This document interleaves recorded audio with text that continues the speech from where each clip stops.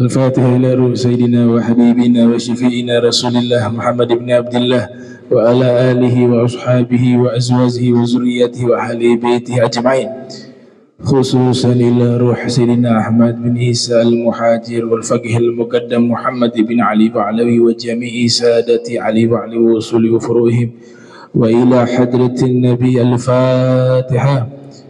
أعوذ بالله من الشيطان الرجيم. بسم الله الرحمن الرحيم. الحمد لله رب العالمين الرحمن الرحيم مالك يوم الدين. إياك نعبد وإياك نستعين. اهدنا الصراط المستقيم صراط الذين أنعمت عليهم غير المغضوب عليهم ولا الضالين. آمين. السلام عليكم ورحمة الله وبركاته. الحمد لله القوي سلطانه، الواضح برهانه، المبسوط في الوجود كرمه وإحسانه، تعالى مجده وعظم شأنه، خلق لحكمة وطوى عليها علمه، وبسط لهم من فائد المنة ما جرت به في أقداره الكسمة. أشهد أن لا إله إلا الله وحده لا شريك له، وأشهد أن سيدنا محمدا عبده ورسوله لا نبي بعده. اللهم صل وسلم على نبينا محمد وعلى آله وأصحابه ومن تبعهم بإحسان إلى يوم القيامة. أما بعد، سبحانك لا علم لنا إلا ما علمتنا إنك أنت العليم الحكيم. ربي اشرح لي صدري ويسر لي أمري واحلل عقدة من لساني يفقهوا قولي، وسدد لساني واهدي قلبي بحق سيدنا محمد صلى الله عليه وآله وصحبه وبارك وسلم. يا من هو في علوه كائن، يا من هو في فعل حميد، يا من هو في مجده متين. اللهم أكرمنا بنور الفهم وأخرجنا من ظلمات الوهم، وارزقنا فهم النبي وحفظ المرسلين وإلهام ملائكة المقربين. ربنا زدنا علما وفهما وعقلا يا أكرم الأكرمين بحق سيدنا محمد خاتم الأنبياء والمرسلين يا رحمن يا رحيم. وصلى الله على سيدنا محمد وعلى آله وصحبه وبارك وسلم، والحمد لله رب العالمين. قال المصنف رحمه الله ورضي الله تعالى عنه وأرضاه، ونفعنا به وبعلومه وأمدنا بأسراره وعادنا من بركاته في الدارين. رضي الله عنكم. باب أوقات الصلاة. أقسام أوقات الصلاة ينقسم وقت كل صلاة إلى أوقات ستة،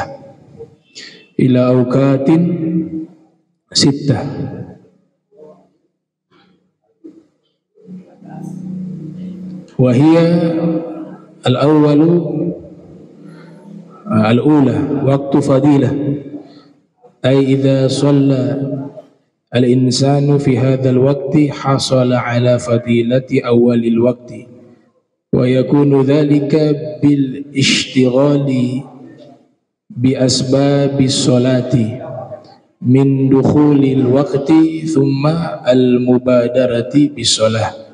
وأسباب الصلاة كإجابة المؤذن والطهارة وستر العورة وانتظار الجماعة ونحوه. Alhamdulillah, puji syukur kehadirat Allah, salawat salam tercurahkan kepada junjungan mulia Nabi tercinta Nabi Yuna Muhammad sallallahu alaihi wa alihi wasallam beserta seluruh keluarga beliau, sahabatnya dan umatnya.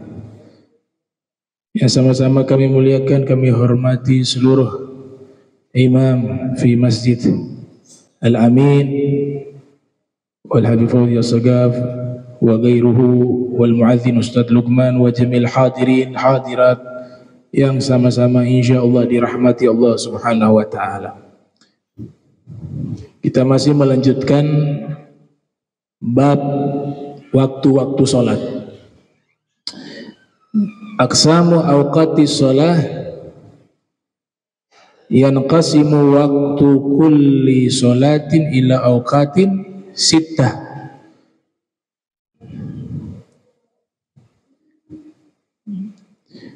Jadi waktu-waktu sholat itu terbagi kepada 6 waktu. Jadi waktu sholat itu ada 6 bagian, ada 6 waktu. Yang pertama di sini waktu fadilatin, waktu utama. Jadi waktu sholat yang paling utama adalah di awal waktu, disebut dengan waktu fadilatin. Allah Subhanahu wa ta'ala memberikan kabar gembira kepada hamba-hambanya yang mampu menjaga sholat 5 waktu pada waktunya. Alladzina hum ala sholawatihim yuhafizun. Mereka adalah orang-orang yang selalu menjaga sholat-sholat mereka. Makna selalu menjaga di sini di dalam tafsir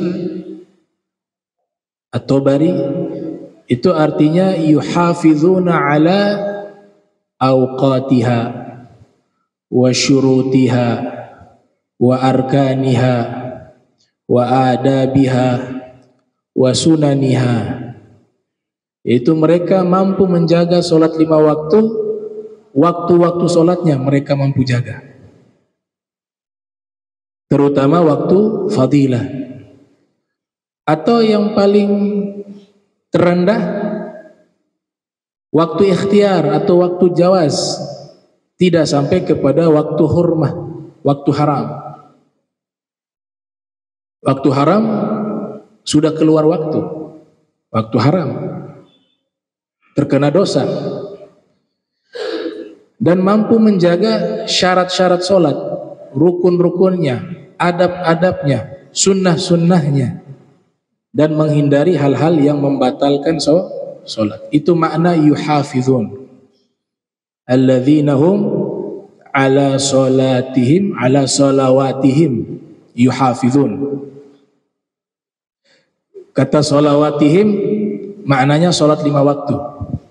Bentuk jamak ketika membahas tentang sholat di dalam Al-Quran itu al-murad bisolawatil khams. Yang dimaksud adalah sholat 5 waktu. Dan tidak mungkin seseorang itu bisa dekat dengan Rasul Sallallahu Alaihi Wasallam terkecuali syarat utama dari sekian syarat, orang tersebut harus wajib menjaga sholat 5 waktu dan tambahannya sholat-sholat sunnah. Jadi mustahil orang yang tidak pernah sholat kemudian bisa dekat dengan Nabi. Itu hal yang mustahil. Dari mana dikatakan hal ini mustahil? Bahwa seseorang itu tidak akan bisa dinyatakan dekat dengan Nabi terkecuali orang itu adalah orang yang mampu menjaga sholat. Karena Nabi sendiri yang menyatakan hal itu. Kita teringat ada sahabat namanya Rabi' ibn Ka'ab al-Aslami. Satu malam dia bersama Nabi. Sengaja dia bermalam di sisi Rasul. Waktu itu tidak ada orang, hanya ada berdua, dirinya dengan Rasul. Mungkin dalam satu safar atau ada satu kepentingan dari Nabi, ya Nabi buat kemah. Nabi seorang diri dalam kemah tersebut. Kemudian di depan Nabi, di luar itu ada satu sahabat namanya Rabi'. Dia ingin mengambil kesempatan bisa dekat dengan Rasul dan ingin mengambil kesempatan mendapatkan doanya Rasul. Jika Nabi ingin sholat, dia ambil air wudu. Dia bawa itu baskom, minta izin kepada Nabi untuk memberikan air wudu tersebut. Kemudian Nabi berwudu. Nabi berwudu. Setelah itu Nabi bahagia dengan apa yang dia lakukan. Tidak ada orang waktu itu, hanya ada berdua. Nabi katakan, kau mau minta apa? Minta apa? Dia mengatakan, as'alu murafaqataka fil jannah. As'alu murafaqataka fil jannah. Aku minta kau berdoa kepada Allah agar aku bisa menemani dirimu di dalam surga. Au ghaira dzalik. Kata Nabi, ada yang lain yang kau mau minta? Subhanallah, ditawarkan oleh Rasul. Dia mengatakan, tidak ada yang lain. Huwa dzat. Yang itu saja ya Rasul, saya mau. Karena memang hakikat semua kebahagiaan dan kenikmatan terbesar bisa bersanding bersama Nabi Muhammad SAW. Gak bisa dihargakan nikmat itu. Apa jawaban Nabi? Nabi mengatakan, fa'inni ala nafsika bikathrati sujud. Kalau kau mau menemani diriku di surga, saya minta tolong juga. Tolong bantu saya dengan cara kamu memperbanyak sujud kepada Allah. Selain Nabi berdoa juga untuk sahabat tersebut, namanya Rabi' ibn Ka'ab al-Aslami. Nabi doakan juga mustajab, tapi Nabi mengajarkan satu pendidikan juga, bahwa kamu juga kalau mau dekat dengan saya di surga, kamu harus banyak sujud kepada Allah. Itu satu jalan yang membuat dirimu bisa dekat denganku, kata Rasul Muhammad SAW. Itu bahasa implisitnya seperti itu. Kemudian ulama menjelaskan apa makna sujud. Makna sujud di sini Imam Nawawi mengatakan al-muradu bis sujud as-sujud fi shalah. Yang dimaksud sujud di dalam hadis tersebut as-sujud fi shalah, yaitu sujud di dalam salat. Maknanya apa? Perbanyaklah salat, engkau akan dekat denganku. Jadi gak mungkin seorang bisa dekat dengan Nabi sedangkan hidup di dunia dia mengabaikan perkara salat 5 waktu. Dan seseorang bisa dekat dengan Nabi, salah satu jalannya adalah apa? Salat. Salah satu jalan. Masih banyak jalan yang lain, tapi satu paket semua. Gak bisa dipisah-pisah. Ada seorang munsyid, ini kisah nyata. Saya secara pribadi waktu di Jakarta juga sering mengikuti majelisnya. Seorang ustadz, Allah yarham, beberapa hari lalu sudah meninggal di Jakarta. Ini dari sejak muda munsyid, baca maulid, ya, ada acara ini baca maulid Simtud Durar, baca maulid burda, ya, baca maulid ad-diba, syair-syair pujian kepada Nabi. Semua itu dari muda sampai menjelang wafatnya, tidak pernah putus, tidak pernah berhenti. Hampir setiap hari, baik di rumahnya maupun di majlis-majlis, kesibukannya sehari-hari hanya membacakan pujian-pujian kepada Nabi Muhammad SAW. Maulid Burda maksudnya Al-Burdah Imam Busiri. Terkena diagnosa dokter mengatakan terkena penyakit kanker otak. Ma'adzallah. Semua memorinya hilang, saking parahnya. Istrinya tidak dikenali, gurunya tidak dikenali, anak-anaknya tidak dikenali, semua hafalannya hilang. Tapi yang dia lafadzkan adalah apa? Menyebut salawat dan salam kepada Nabi Muhammad. Kenapa? Sudah sejak dari kecil yang dia ucapkan hanya nama Nabi Muhammad, salawat. Nah itu kenapa? Kebiasaannya sehari-hari.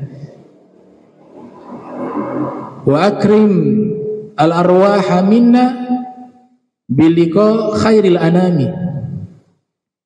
Wa akrim al-arwaha minna biliqa khairil anami.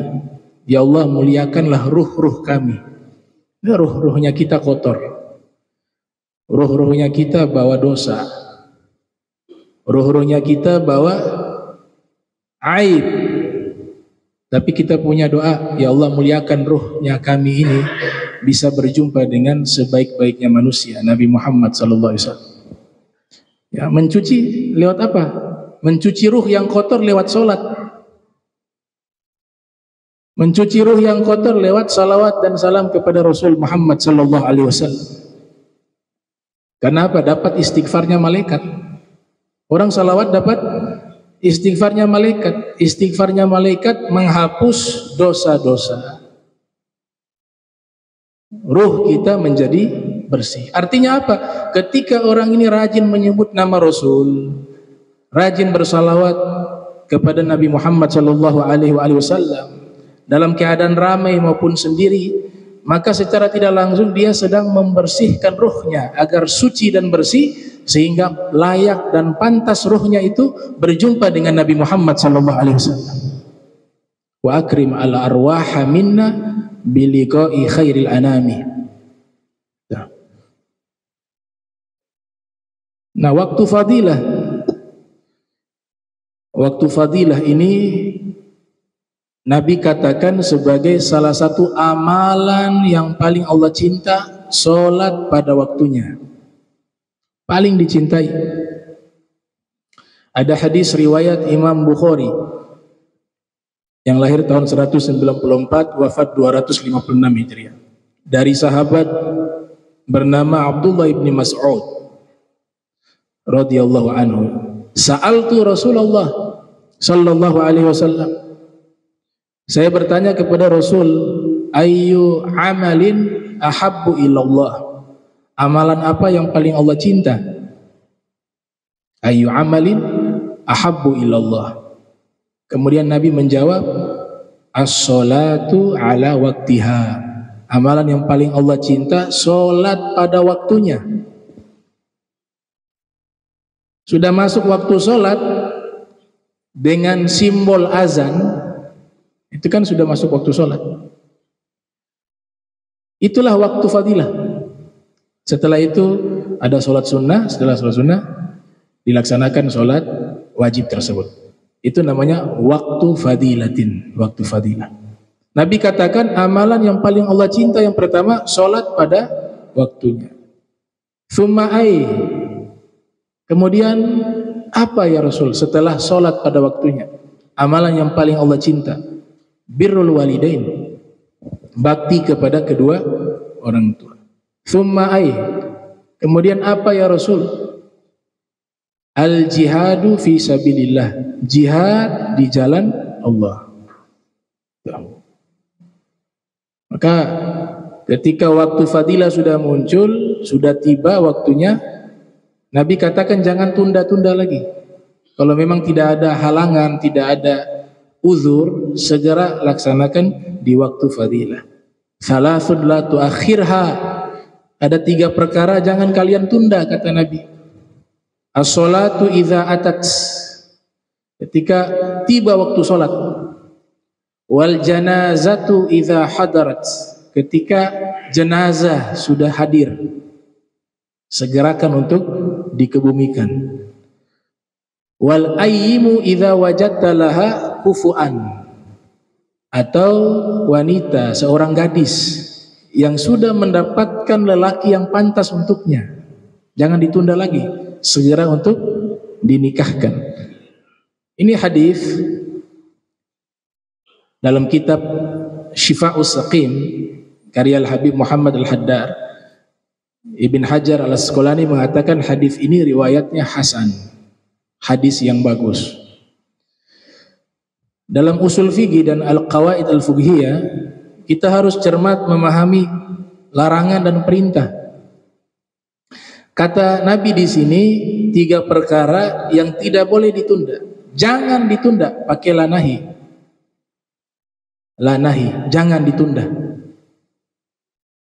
Kalau dispesifikasi sifat larangan ini, ada yang sifatnya haram, ada yang sifatnya makruh. Ada yang sifatnya haram, ada yang sifatnya makruh. Kalau haram, konsekuensinya kena dosa. alladzi yuthabu ala fi'lihi wa yu'aqabu ala tarkihi. Melakukan mendapat pahala, meninggalkannya mendapat dosa. Atau makruh alladzi yuthabu ala tarkihi wa la yu'aqabu ala fi'lihi. Dia tinggalkan dapat pahala, makruh. Dia kerjakan tidak mendapatkan dosa. Salat tadi, apabila salat telah tiba, Nabi nyatakan jangan menunda. Kata jangan di sini, kalau nahi kan dua, larangan sifatnya haram dan makruh. Yang haram kalau waktunya sudah mepet sekali. Sholat zuhur sudah mau keluar waktunya ke sholat asar, mungkin tadi ketiduran,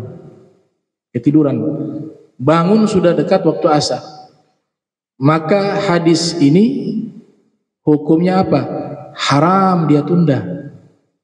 Kenapa? Kalau keluar waktu hukumnya haram. Tapi kalau waktunya masih luas, maka larangannya sifatnya apa? Tergantung. Kalau sudah mendekati waktu haram, makruh.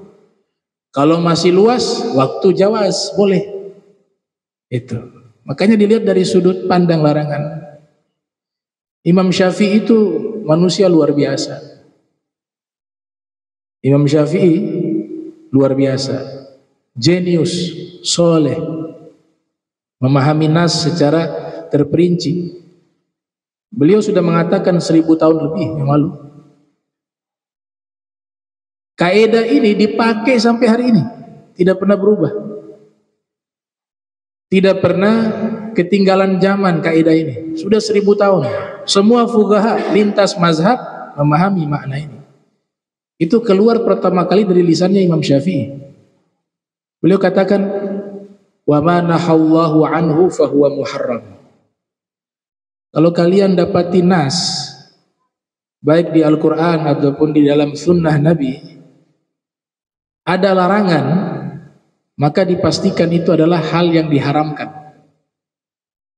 Hatta tujad ad-dalalatu alaihi bi anna nahya anhu ala ghairi tahrim.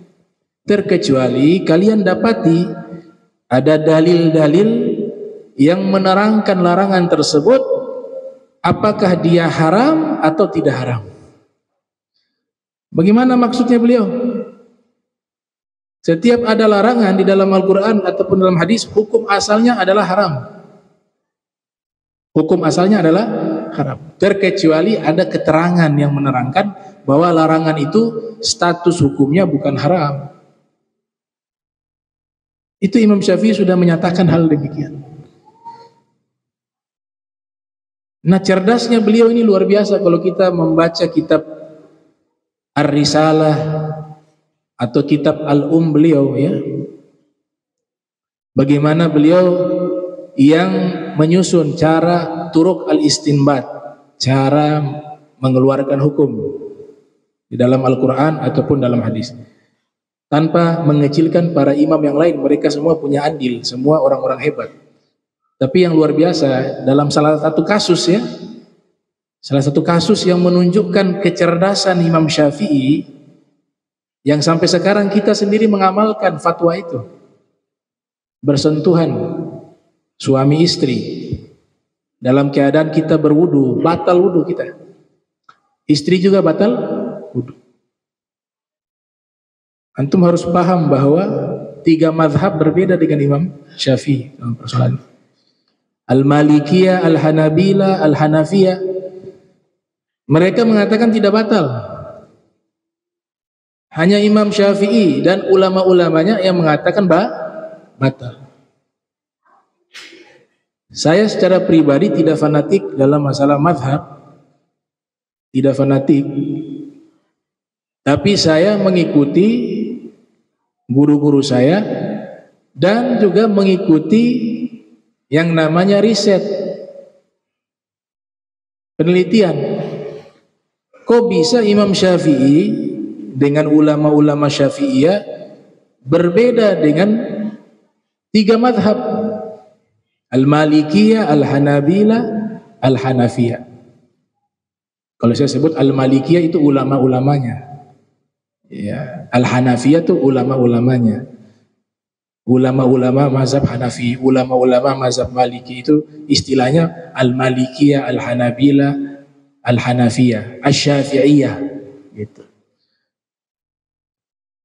Takjub saya lihat di dalam Manaqib Fakhruddin Ar-Razi, Manaqib Imam Syafi'i ditulis oleh Fakhruddin Ar-Razi, Manaqib Imam Syafi'i ditulis oleh Imam Al-Baihaqi. Kemudian dalam kitab-kitab fikih diterangkan bagaimana telitinya Imam Syafi'i menyimpulkan hukum bahwa suami istri kalau dalam keadaan berwudu bersentuhan, wudunya batal. Sedangkan mazhab Maliki, mazhab Hambali dengan ulama-ulamanya mengatakan tidak batal kecuali bisyahwah. Dengan syahwat baru batal. Kalau sentuh tanpa syahwat tidak batal. Mazhab Hanafi sedikit berbeda. Itu mutlaqa, secara mutlak tidak batal. Mau syahwat atau tidak syahwat suami istri bersentuhan dalam keadaan berwudu secara mutlak tidak batal. Mazhab Hanafi karena dipahami jima, berhubungan saja yang membatalkan berhubungan suami istri. Tapi luar biasa, Al-Imam Syafi'i dan ulama-ulamanya mengatakan tersentuh batal. Walaupun tanpa syahwat, walaupun dengan syahwat, tanpa terkecuali batal. Satu ayat ini yang menjadi satu rujukan hukum. Aula mastumun nisa. Orang yang batal wudunya adalah kalian menyentuh istri-istri. Aula mastumun nisaa. Kata lamasa, mazhab Hanafi memahami dengan sigot bahasa Arab dalam ilmu sorof, kalau ada tambahan alif maknanya muqabalah, ada dua pihak. Jadi artinya saling bersentuhan. Kalian saling bersentuhan dengan istri. Bahasa kiasan. Artinya apa? Berhubungan biologis. Itu menurut mazhab Hanafi. Hampir serupa dengan pemahaman dari mazhab Maliki dan mazhab Hambali. Hampir sama.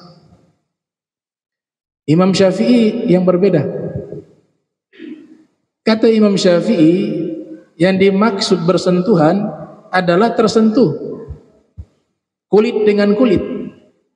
Kalau ada penghalang tidak batal.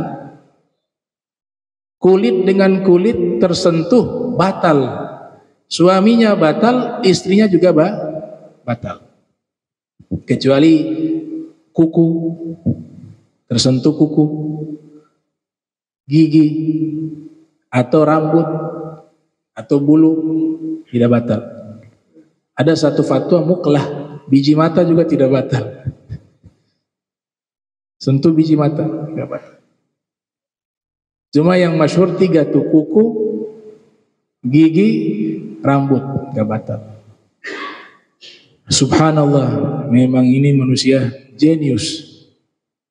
Kok bisa Imam Syafi'i mengambil kesimpulan bahwa bersentuhan itu batal? Ternyata beliau pahami satu hadis Nabi.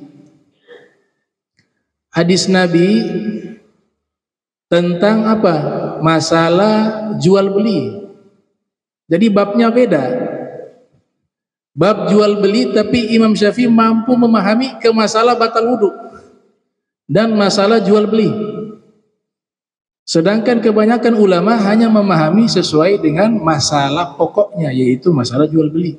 Tapi Imam Syafi'i mampu memahami sampai ke masalah batal wudu. Padahal hadisnya itu sedang membahas masalah jual beli, al-aqdu al-fasid. Jual beli yang dianggap tidak sah. Hadis di dalam Sahih Bukhari ada hadis itu. Naha an-nabiyyu sallallahu alaihi wa alihi wasallam anil mulamasah. Nabi melarang al-mulamasah. Al-mulamasah itu artinya apa tadi? Sentuh. sama dengan kata lamasa, tapi bentuk masdar dalam ilmu sorof. Lamasa yulamisu mulamasatan.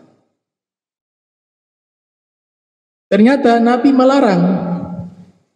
Nabi melarang ketika ada akad jual beli dengan al-mulamasah, dengan sentuhan. Kita gak paham hadis seperti ini. Minta tolong kepada ulama yang paham. Apa itu al-mulamasah? Dijelaskan al-mulamasah lamsu ar-rajuli ats-tsauba biyadih wa la yanzur ilaih.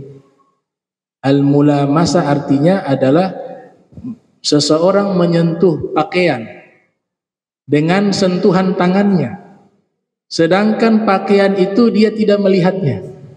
Itu adalah satu tradisi jual beli di zaman itu. Zaman itu kalau pasar malam, kadang-kadang lampu pijar padam, gelap gulita. Ini yang mau beli pakaian ini gak bisa lihat pakaian bentuknya apa nih.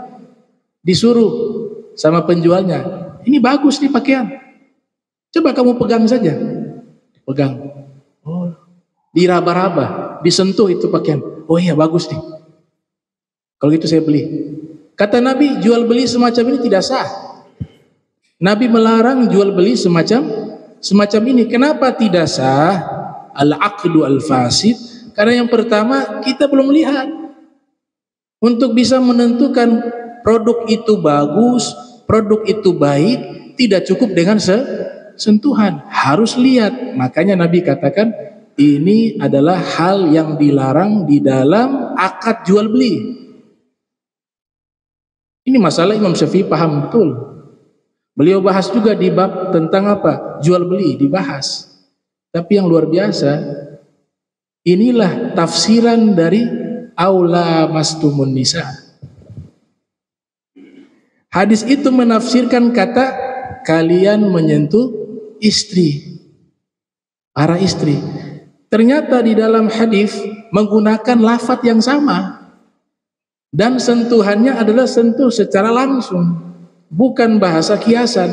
Maka otomatis ayat itu sedang membahas satu masalah yang sifatnya zahir, tanpa tafsir dan tanpa takwil. Karena Nabi sudah menyebutkan dalam bab jual beli, al-mulamasah adalah menyentuh secara langsung, bukan bahasa kiasan. Az-zahir muqaddam 'alal batin.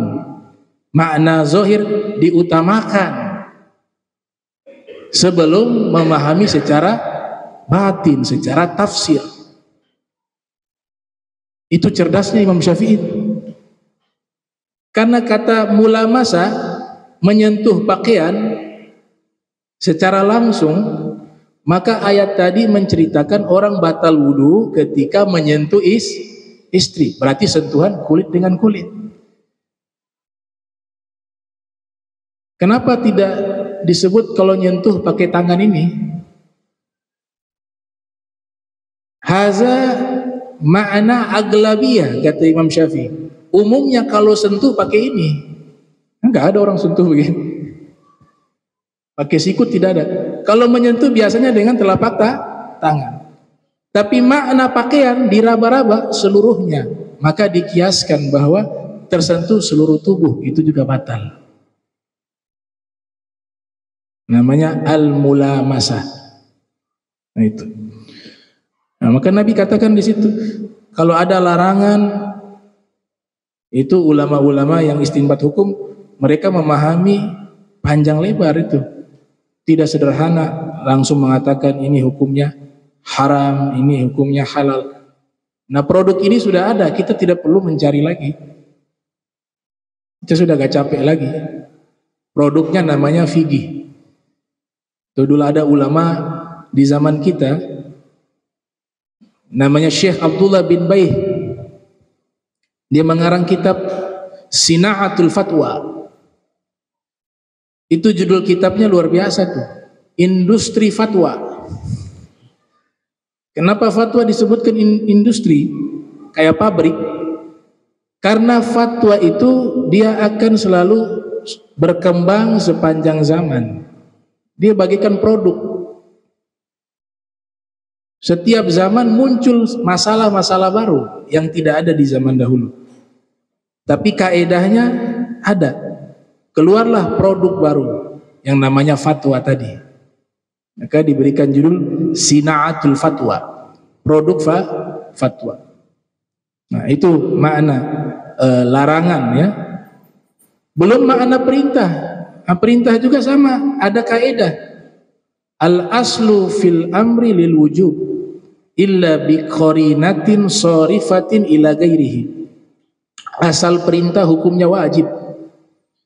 Asalnya perintah itu wajib. Kecuali ada keterangan yang menerangkan bahwa itu tidak wajib. Contoh, Inna a'tayna al-kautsar fasalli li rabbika wanhar. Kata wanhar di sini berkurbanlah. Perintah kan? Berkurbanlah, wanhar. Hukum asalnya wajib. Makanya mazhab lain mengatakan wajib.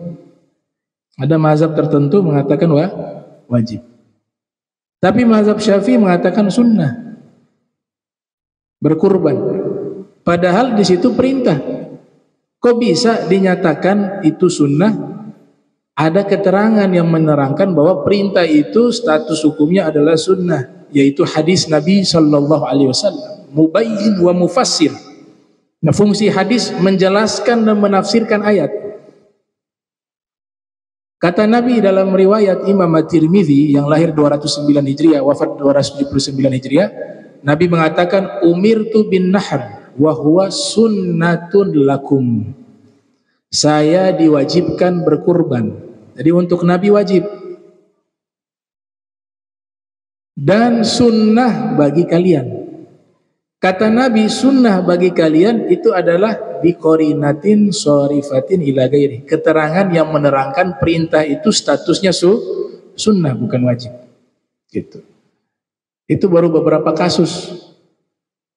Ya, mereka memahami hukum seperti itu gambarannya. Berarti kita ini kan tidak mampu. Tidak mampu bisa istinbat hukum. Maka kita disuruh mengikuti mereka, para a'immah, para ulama. Nah, ini jeniusnya Al-Imam Syafi'i rahimahullah. Nah, itu waktu fadilah. Waktu fadilah adalah seseorang sholat pada waktunya, maka dia memperoleh keutamaan awal waktu. Wa yakunu dzalika, dan dia akan bisa mengerjakan sebab-sebab sholat. Jadi sebelum sholat itu ada sebab-sebabnya, seperti menjawab panggilan azan, bersuci, menutup aurat, ya, dan wantizari al-jama'ati wa nahwihi, menunggu waktu sholat berjamaah atau menunggu satu waktu sholat ke waktu sholat yang lain, itu bagus. Namanya ar-ribat, ikatan kebaikan. Min dukhulil waqti tsummal al-mubadarati bis shalah. Nah, sebab-sebab sholat itu dia mampu kerjakan ketika masuk waktu sholat, kemudian dia ketika tiba sholat bisa langsung mengerjakan sholat. Al-mubadarati bis shalah.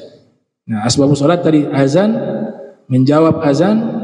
Nah, orang lagi baca Al-Quran, tahu-tahu azan. Maka bagaimana sikap kita? Cari tempat berhenti yang tepat Al-Quran. Kita berhenti dulu baca Al-Quran untuk kita menjawab panggilan azan. Kata Imam Nawawi, karena sunnah menjawab panggilan azan itu waktun muayyanan. Dia punya waktu tertentu saja ketika azan itu terdengar. Maka tutup dulu, hentikan dulu bacaan Al-Quran untuk menjawab panggilan azan. Setelah itu sudah selesai, baru lanjutkan. Bisa. Begitu juga ketika mendengar suara azan, disunnahkan kita menjawab. Ya, kita menjawab panggilan azan. Itu termasuk asbabus shalah. Wa tahara, bersuci. Wa satril aurah, menutup aurat. Wa intizari al-jamaah, dan menanti salat berjamaah. Wa nahwihi, dan yang semisalnya. Ada satu amalan. Ini niat i'tikaf dari awal masuk tadi. Nawaitu i'tikaf fi hadzal masjid sunnatan lillahi ta'ala. Kita habis sholat seperti saat ini, habis maghrib, kita menanti sampai isya dengan syarat tadi niat i'tikaf. Kalau tadi belum sempat niat i'tikaf, niat sekarang juga bisa. Nah, selama posisi kita duduk semacam ini, dihitung kita sedang melakukan amal soleh atau sholat sepanjang kita duduk i'tikaf dalam masjid sambil menanti waktu isya. Dapat 2 kebaikan. Yang pertama, dosa-dosa kita diampuni oleh Allah. Hanya duduk tok sambil menanti. Itu Nabi tidak jelaskan dia duduk sambil baca Al-Quran. Nah, Nabi tidak jelaskan dia duduk sambil sholat. Tidak. Nabi katakan dia di dalam masjid habis sholat, kemudian dia menanti waktu sholat satu ke waktu sholat, tanpa melakukan apapun, hanya duduk. Itu sudah diampuni dosa, diangkat derajat. Nah, bagaimana kiranya kalau kita menantinya, kita isi dengan kebaikan lebih daripada itu. Ala adullukum ala ma yamhullahu bihil khataya wa yarfa'u bihid darajat. Hadis sahih riwayat Muslim, dalam sahihnya dari Abi Hurairah. Mau aku tunjukkan pada kalian sesuatu yang jika kalian lakukan Allah menghapus dosa-dosa kalian dan Allah angkat derajat kalian. Qalu bala. Nah, sahabat mengatakan iya. Bala sama na'am sama. Bala artinya iya, na'am juga artinya iya. Cuma bedanya dalam struktur bahasa, kalau diawali dengan kalimat atau lafaz yang ada kata tidak negatif, ala tadi, maukah, tidakkah? Nah, maka menggunakan kalimat jawab dengan kata iya harus pakai bala, jangan pakai na'am. Ya. Kalau ada yang negatif di awal, ada kata tidak, maka iyanya menggunakan lafaz bala. Kata Nabi, dia menghapus dosa, mengangkat derajat. Amalan ini sederhana. Sahabat mengatakan, iya ya Rasulullah. Apa amalan tersebut? Nabi katakan, yang pertama isbagul wudu alal makarih, sempurnakan wudu di saat sulit. Yang kedua, kathratul khuta ilal masajid, memperbanyak langkah kaki menuju ke masjid. Yang ketiga, intizarus sholati ba'da sholah, menanti waktu sholat satu ke waktu sholat yang lain. Gak ada penjelasan sambil membaca Al-Quran, sambil sholat sunnah, sambil majlis taklim, gak ada. Artinya apa? Hanya sekedar duduk dalam masjid menanti waktu sholat yang berikutnya, dia sudah dapat fadilah ini. Diangkat derajat, dosanya diampun. Sekarang coba kita berpikir, kita bukan sekedar menanti, tapi mengisi waktu itu dengan kebaikan. Maka ada bonus yang besar yang Allah berikan, yang tidak bisa diterangkan di dalam hadis itu. Kenapa Nabi tidak terangkan? Terlalu besar, pahalanya terlalu besar, gak bisa dirinci, besar dan banyak. Itu berkata Syekh Muhammad Al-Ahdal, ya, ulama Zabid, beliau menerangkan seperti itu. Kemudian waktu ikhtiar, ada waktu namanya waktu ikhtiar. Waktu ikhtiar itu ikhtar as-sari'u an tusalla as-salatu fi hadzal waqti in lam tusalli fi waqtil fadilati. Waktu ikhtiar itu adalah seseorang syari'u, dia memulai untuk sholat di waktu yang tidak di waktu fadilah. Jadi waktu fadilah lewat, mungkin ada kesibukan, ada halangan, akhirnya gak bisa sholat tepat waktu. Tapi waktunya setelah itu dia sholat, itu juga tidak masalah. Namanya apa? Waktu ikhtiar, dia dibawa waktu fadilah. Ya, itu yang kedua. Yang ketiga, waktu zawaj, waktu jawaz, ay yajuzu an tuakhkhara as-salatu ila hadzal waqti wa qad yakunu bi karahatin aw biduni karahatin.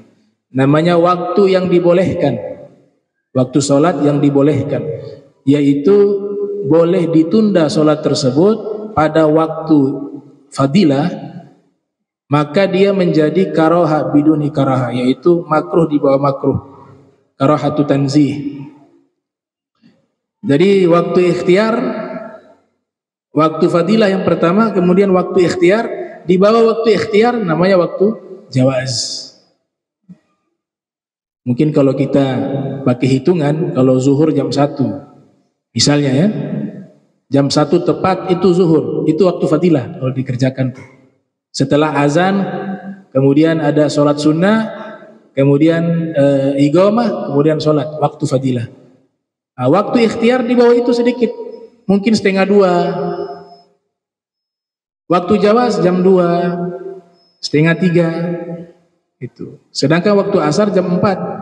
Nah, kalau sudah 3:30, sedangkan waktu asar jam 4, waktu karaha. Asarnya jam 4, kita belum sholat zuhur. Jam 4 pas, kita sholatnya zuhur tuh jam 4:54 menit. Jam 3:54 menit. Jam 3:54. Nah, ini sudah mendekati namanya waktu hurmah, waktu haram. Apalagi kalau dihitung tidak sempat dia sholat takbiratul ihram, tahu-tahu azan, itu disepakati waktu haram. Hitungannya takbiratul ihram. Pas mau takbir sholat zuhur nih, Allahu Akbar, tahu-tahu azan asar, waktu haram, dan dia harus tidak lanjutkan sholat itu. Dia niatnya sholat tepat waktu adaan. Ketika takbir azan asar, sholatnya gak boleh dilanjutkan. Kenapa? Karena niatnya tadi sholat tepat waktu. Kalau bahasa niat yang kita lafaz adaan, adaan itu melaksanakan sholat pada waktunya. Kan niatnya itu pasti. Tahu-tahu azan asar, sholatnya dibubar, sholat kembali, qodoan. Niatnya qodo. Kenapa qodo? Karena sholat zuhurnya sudah tidak di waktunya, sudah keluar dari waktunya. Tuh. Yang berikut waktu hurmah, waktu haram tadi. Ay yahrumat takhiru sholati ila hadzal waqti li'annahu sayaqa'u juz'un minha kharijal waqt tadi. Waktu haram adalah mengakhirkan sholat sampai keluar di waktunya, dan sesungguhnya dia akan melakukan sebagian waktu sholat itu di waktunya dan sebagian di luar waktunya. Itu juga sudah masuk waktu haram. Misalnya dia sholat tadi 1 rakaat belum tuntas duhur, tahu-tahu azan, sudah sebagian dapat waktu duhur, tapi sisanya dapat waktu asar. Kena dosa dia, karena dia sengaja menunda-nunda. Ini bicaranya sengaja ya, bicaranya sengaja. Kalau tidak sengaja itu nanti bab a'zarus shalah ya, tidak sengaja dimaafkan. Sengaja atau malas atau teledor, kena dia teledor juga. Nah, nanti dah, masih panjang, nanti tahu-tahu sudah keluar. Kalau uzur sholat ketiduran misalnya, kelupaan atau sejenisnya, pingsan ya, sakit yang memberatkan sehingga dia sangat sulit untuk melaksanakan sholat dengan sempurna, maka ini disebut a'zarus shalah. Saya teringat satu firman surat Al-Ma'un itu, fawailun lil musallin alladzina hum an salatihim sahun.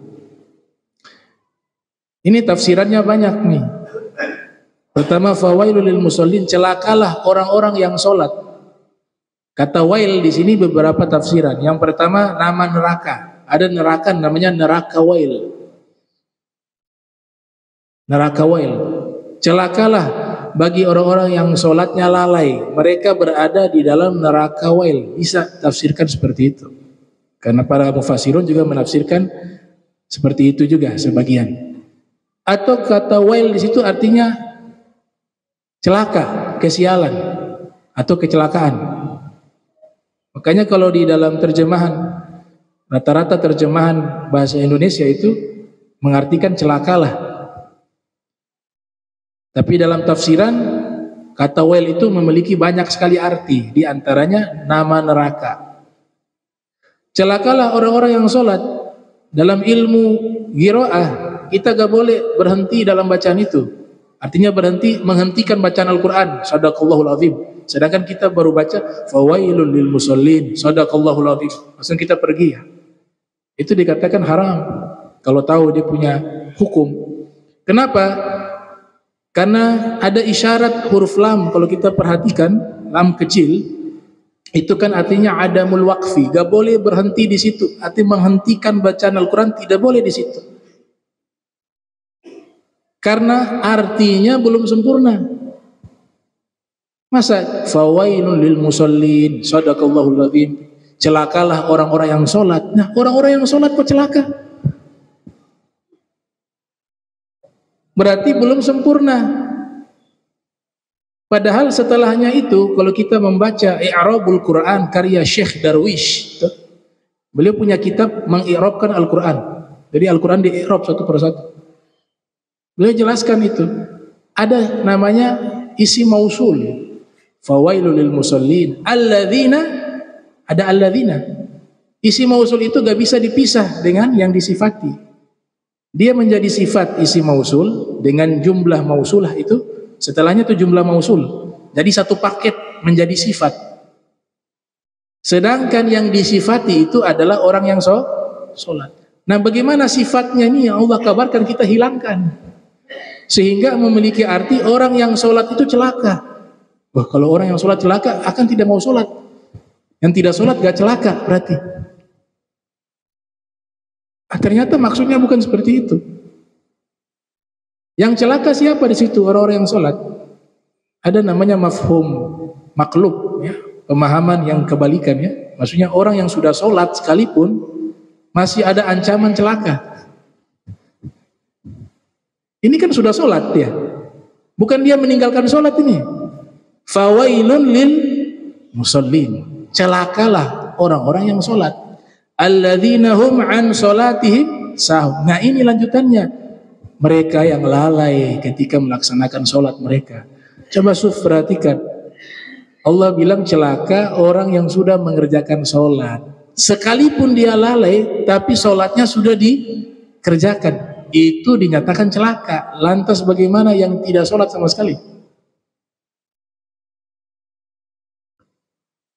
Nah, sekarang penafsiran sahun itu apa? Yang lalai. Saya dapati beberapa tafsiran. Ada yang mengatakan sholatnya pamir karena punya hubungan dengan lanjutan ayat. Lanjutan ayat kan yura'un. Nah, mereka kalau sholat pamer, ingin dilihat, ingin mencari sanjungan manusia. Ini sholat yang celaka nih, yang pertama. Yang kedua, dia sholat tapi perilakunya masih jahat. Makanya setelah itu menyebutkan tentang anjuran berbuat baik, memberikan makanan, membantu orang. Jadi sholat sekedar hanya gerakan saja, hanya kebiasaan, tapi tidak berefek kepada perubahan karakter yang baik. Dan itu berlangsung cukup panjang, makanya menggunakan fi'il mudhari di situ. Terus menerus gak ada perubahan, berarti hanya sekedar gerakan. Itu tafsiran kedua. Tafsiran ketiga, dia sholat tanpa niat. Allahu Akbar, gak ada niat sholat. Yang diajarkan oleh ulama, niat sholat zuhur, sholat maghrib, sholat isya. Nah, yang keempat ini, mereka nyatakan menunda-nunda waktu sholat sampai keluar ke waktu yang lain. Takhirus sholati an waktiha, menunda-nunda waktu sholat hingga keluar dari waktunya. Itu yang disebut celakalah mereka orang-orang yang sholat. Dengan sengaja, ya, amdan. Kemudian yang kelima ada namanya waktu uzrin, waktu uzur. Waktu uzur yajuz an tusalla as-salatu fi hadzal waqti lil uzri ka uzri safar wal marad. Nah, waktu uzur ini dia punya waktu kelewat, bisa dia jamak takhir. Dia jamak. Kita kalau jamak takhir atau jamak takdim, salat yang kita kerjakan itu misalnya jamak takhir, Dohur kita tidak kerjakan, kita kerjakan di asar. Asar nanti gabung dengan duhur. Nah, perjalanan itu kan sholat duhur kita tidak kerjakan. Sudah keluar waktu. Yang kita kerjakan waktu asar. Itu namanya waktu uzur. Tidak dosa. Karena Allah yang berikan dispensasi itu. Fala junaha alaikum an taqsuru minas shalah. Ya, dalam tafsir dikatakan, tafsir Baydhawi, fala junaha alaikum an taqsuru minas shalah. Idza darabtum fil ard, kalau kalian sedang bepergian, tidak mengapa bagi kalian mengqasar salat dan menjamak. Ziyadah fi tafsir Al-Baydhawi. Itu keluar waktu tidak, itu uzur. Waktu uzur. Padahal hakikatnya dohor kita gak kerjakan pada waktunya. Yang kita kerjakan waktu asar. Tapi waktu uzur dimaafkan. Dan memang ulama mengatakan kalau perjalanan safar kemudian sholat sempurna pahalanya lebih besar ketika kita mengqasar. Ada salah satu gaul ulama, dan ini biasa dijadikan rujukan, bahwa ketika safar perjalanan yang jauh yang sudah dibolehkan untuk kita menjamak dan mengqasar sholat, kita sholat dengan mengqasar pahalanya lebih besar dibanding sholat sempurna. Karena kenapa? Kita menghargai kemudahan yang Allah berikan kepada kita. Rukhsah. Kita hargai itu, dapat pahala lebih. Kemudian yang disebut uzur sini hanya dua, safar dan sakit. Selebihnya tidak ada uzur. Orang sakit yang memang tidak bisa dia sudah diizinkan dia bertayamum, sakit yang parah, maka dibolehkan dia menjamak. Tapi ulama melarang mengqasar kalau sakit, hanya bisa jamak.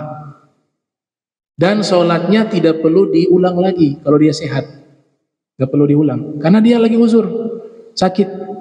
Mau dia sholat 2 bulan, 3 bulan, selama dia sholatnya itu dalam keadaan sakit dan dia menjamakkan bahkan dengan tayamum sekalipun, sholatnya tidak perlu diulang kembali ketika dia sehat, karena dia dalam keadaan uzur, sakit. Gitu. Ada waktu yang tidak disebutkan.